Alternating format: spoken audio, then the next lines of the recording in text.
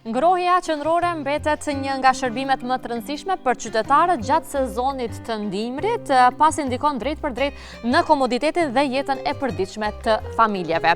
Sistemi i ngrohjes në qytetin e Shkupit funksionon përmes disa ndërmarrjeve të specializuara, ku secila ka rolin e vet në prodhim, distribuim dhe furnizim me energji termike. Për të folur më shumë mbi furnizimin me ngrohje për konsumatorët, shërbimet ndaj qytetarëve dhe sfidat gjatë sezonit të dimrit, sot në studio kemi drejtorin e EMV Furnizim me ngrohje, zoti Ali Ismaili. Përshëndetje dhe mirë se na erdhët. Përshëndetje, mirë se ju gjeta, faleminderit për ftesë. Është shumë kënaqësi që ta nisim këtë mëngjes së bashku në një periudhë të ftohtë, kur kemi të gjithë nevojë për ngrohje, por që nuk kemi informacione të detajuara se si po funksionon realisht tani kjo ndërmarrje dhe cilat janë ato pikat kryesore që duhet i përmendim gjatë kësaj bisede. Zoti Ismaili, si po ecën tani sezoni i ngrohjes nga aspekti i furnizimit të konsumatorëve? Po, sezoni i ngrohjes po ecën me ritmin e paraparë. Kemi filluar prej 1 tetorit, shkallku i temperatura të ulta në atë muaj. Kishim disa probleme në fillim, mirë po prej startit oficial, do më thonë prej 15 tetorit, që vetëm e kemi më të obligueshme të furnizimin me energji termike. Dhe tjetë pa probleme, besoj. Pa probleme, po fillon pa probleme, vazhdon të jetë ashtu, furnizimi është i qëndrueshëm, është stabil, qytetarët janë përgjithësi janë të kënaqur, kështu që vazhdon, do më thonë, sezoni vazhdon deri me 15 prill. Nëse kushtet klimatike janë më të ftofta, do më thonë, temperaturat mund të ndryshojë, atëherë duhet të vazhdohet edhe deri me 1 maj. Ka dhe kështu raste, do më thonë, kur mund të shtohet. Po, do më thonë, kemi këtë hapësirën që mund të shtohet. Qartë. Drejtora, po arrini të garantoni furnizim të qëndrueshëm për të gjithë konsumatorët? Po, furnizimi është, si që cejka, është stabil, do më thonë, nuk kemi momentalisht, nuk ka ngecje askund. Eventualisht ndonjë objekt, shtu kemi disa objekte të mbyllura, mirë po ato janë çështje të mbrëmshme të vetë objekteve, do më thonë ka rrjedhje në instalacion ose në pajisje të ndryshme që duhet vetë objektet të rregullojnë. Qartë. Sa konsumator furnizohen aktualisht me ngrohje qendrore? Keni besoj numra statistika i keni? Po, në qytetin e Shkupit aktualisht i furnizojmë mbi 60.000 anëvisëri. Kemi qindra institucione arsimore dhe shëndetësore si dhe objekte afariste. Me cilat ndodh që të ketë probleme zakonisht? Zakonisht ka probleme të natyrave të ndryshme, do më thonë.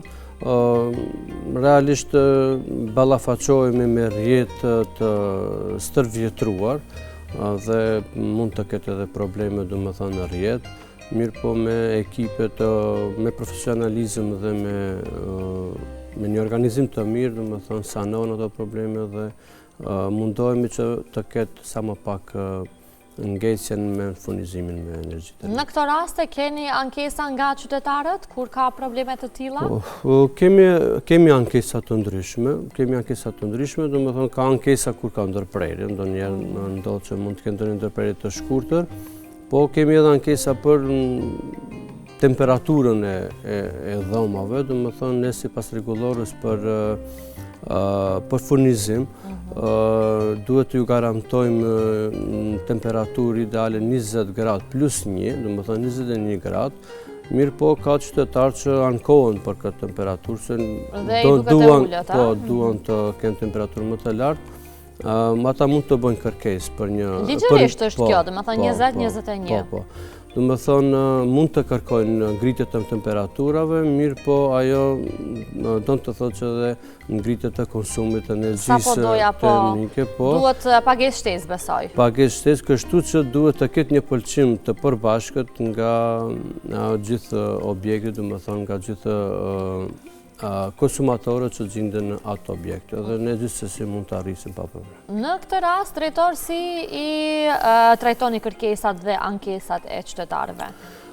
Shifë, në ndërmarrjen tonë kemi disa shërbime, do më thonë kemi shërbime online, që do të thotë kemi edhe në kontakt qendrën nëpërmes telefonit, mund të paraqesin ankesat, si dhe kërkesat e tyre. Ka gjithmonë dikush që përgjigjet, besoj. Po, sigurisht prej orës 7 deri në orën 19, do të thonë kemi të punësuar apo stafat për atë çështje.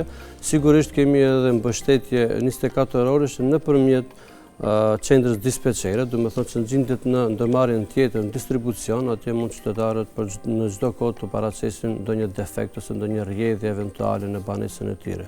Dhe sa shpejt reagoni pas kësaj? Po, sigurisht kemi edhe, do potencoj, kemi edhe ekipin tjetër, do të thonë që është kontakt ekipi që mirët me përgjigje nëpërmjet e-mailit, po sigurisht kemi edhe persona adekuat për mbështetje të konsumatorëve nëpër pikat pagesore që gjenden në karposh, aerodrom, autokomand dhe qendër. Do të thonë kemi disa forma kështu të pranimit të ankesave dhe kërkesave dhe përgjigjen e japim në kohë sa më të shkurt mundohemi ta japim. Zgjidhet në kohë sa më të shkurt ose? Probleme, do të thonë, nëse është probleme në instalime, do të thonë, ne sigurisht dërgojmë ekipe nëpërmjet ndërmarrjes tjetër, se jemi ngushtë të lidhur me ndërmarrjen distribucion. Do të thonë, anën teknike ato e bëjmë, por ne vetëm i marrim ankesat dhe i delegojmë deri te ta. Normal, kur nëse problemi është lehtë i zgjidhshëm, do të thonë mund të zgjidhet në kohë sa më të shpejtë. Qartë. Zoti Ismaili, çfarë këshilla që ju jepni qytetarëve për përdorim më ekonomik të ngrohjes? Zakonisht merrni ankesa edhe për këtë çështjen e shtrejtimit të rrymës apo për ngrohjen flasim? Siç e theka më herët, do të thonë ka apo varësisht vetëm temperatura? Ka disa te këto kur ishim te ankesat e temperaturës, do të thonë ka me rëndësi është të përmendet se në këtë drejtim që më parashtrove pyetjen për efikasitet energjetik, do të thonë ne i këshillojmë që ato të ndërmarrin masa preventive, do të thonë në sezonin e verës mund të bëjmë pastrimin e radiatorëve. Do thonë ka speciale ekipa që mund t'i thirrën dhe t'i pastrojnë radiatorët. Kjo bëhet nga ekipet e juaja ose ekipet private, keni fjalën? Ekipet private, sigurisht para shtresat i bëjnë të ne, pastaj dërgojmë të distribucioni, pastaj ata i riorganizojnë. Sigurisht duhet të kenë parasysh dhe duhet të mirëmbahet rrjeti i mbrëmshëm i banesës kolektive, sigurisht edhe në stacionit që gjenden brenda ndërtesës. Në këtë drejtim, do më thonë për efikasitet më të lartë energjetik dhe për investim afatgjate dhe me një lëvërdim më të madhe, i këshillojmë që të bëjnë ndrimin e dritareve të vjetra, sigurisht sipas mundësive të izolohen ndërtesat me fasadë ekologjike dhe në këtë drejtim edhe izolimi i kulmeve të ndërtesave. Kjo do të sjellte një efikasitet më të lartë energjetik, harxhim më të vogël, konsum më të vogël të energjisë, sigurisht dhe faktura më të vogla. A pritën ndryshime të çmimeve të ngrohjes? Vendimin për rritjen e çmimit të energjisë termike e sjell Komisioni Rregullator Energjetik. Ne qëndrojmë në atë që të kemi një sistem stabil, mirë po edhe çmime të përballueshme për qytetarët. Kuptohet. Sa sfiduese është mbahen çmime të përballueshme në kohë rritjes të energjisë, sepse gjithë e dimë sepse energjia elektrike vetëse po shkon në rritje çdo vit. Po, sakt. Është një sfidë shumë e madhe, sigurisht këtë në duhet një koordinim i rregullt me qeverinë dhe mbështetje nga qeveria për një mirëqenie më të mirë për qytetarët, sigurisht duke mos i ngarkuar edhe ata me çmime të larta të energjisë, por duhet ta kemi parasysh se duhet ta rrujmë edhe sistemin tonë që të ketë shërbime sa më efikase dhe më stabile. Qartë. Si qëndron zoti Ismaili edhe bashkëpunimi me pika tjera të ngrohtoreve? Keni bashkëpunim të vazhdueshëm për probleme apo edhe qoftë edhe për probleme që janë në ndërmarrjen tuaj? Po, du më thonë, momentalisht sa dy unë, më thonë, në Shkup operojmë ne si EMV furnizim, distribucion dhe prodhim. Jemi 3 kompani, 3 ndërmarrje që bëjmë furnizimi me energji termike. Sigurisht është edhe këtu edhe ndërmarrja tjetër energetika, që është pjesë e EMV-s, por është edhe ajo pjesa veriore e Shkupit furnizohet nga ngrohtorja private, Ekolink, energji Ekolink ashtu më duket quhet. Realisht për disa çështje me ndërmarrjen energetika jemi në ndërmarrje motra dhe sigurisht nuk mungon koordinimi dhe bashkëpunimi. Për çdo problematik, po. A ka arritje të interesimit për të lidhur me rrjetin e ngrohjes qendrore? Keni informacione? Po, interesi është i vazhdueshëm, do të thonë në këtë periudhë ne bëjmë lëshim prove në të gjitha objektet e reja. Zakonisht investitorët e objekteve të reja janë shumë të interesuar dhe vendosin që të lidhen në rrjetin tonë. Është rrjet stabil, është rrjet më i qëndrueshëm dhe sigurisht është rrjet më efektiv dhe efikas. Sigurisht kemi edhe konsumatorë që kanë qenë të çkiqur, mirë po tash vendosin prapë të kthehen në shërbim, të kyqen prapë, sigurisht duke e ditur se është një shërbim më efikas dhe më stabil. Ju si drejtor, sa jeni i hapur me qytetarët, sa i mirëprisni, sa i duart rokisni faktikisht edhe të gjitha problemet dhe ankesat që mund t'i kenë deri te ndërmarrja që ju drejtoni? Po, sigurisht unë derisa jam këtu, domethënë gati 1 vit e gjysmë që jam drejtor, jam i hapur për çdo çështje edhe me qytetarët direkt. Sigurisht ndonjëherë edhe mirëm edhe personalisht me ndonjë problem që mund eventualisht të zvaritet ose të prolongohet dhe mirëm personalisht vetë dhe mundohem që sa më shpejt të zgjidhet problemi, fundi qytetari paguan dhe duhet të ketë shërbim cilësor. Padyshim. Cilat janë planet e EMV furnizim për përmirësimin e shërbimeve në të ardhmen? Keni plane, projekte të përcaktuara? Kemi disa plane, do të thonë ndërmarrja janë sigur, do të thonë ofron shërbimet për furnizimin e energjisë termike, ruajtjen dhe mbështetjen e konsumatorëve, interesave të konsumatorëve, sigurisht edhe në mbështetje teknike. Ne do mundohemi që disa shërbime t'i bëjmë sa më efikase nëpërmjet platformave online, ku qytetarët mund t'i paracesin problemet e tyre, të marrin përgjigjen, dhe me këtë rast të shkurtohet koha e përgjigjeve ndaj ankesave të tyre. Para dimri drejtor, është e ditur që në çdo shtëpi që ka ngrohje qendrore duhet të lidhet automatikisht ose duhet të bëhet kërkesa? Si është kjo procedurë? Po, ne zakonisht, jo, kjo lëshohet, du më thonë, automatikisht. Automatikisht lëshohet, kemi sistem, du më thonë, që e monitorojmë gjithë kohën në sistemin e ngrohjes. Mirë po ka disa... Por ata që duhet të ndalin, duhet të bëjnë do një kërkesë besoj, Po, sigurisht, po ndodhë që ka raste në disa banesa, më thonë, në stacionet, më thonë, janë të lidhur në sistemin e energjisë elektrike, që duhet të punojnë pompat.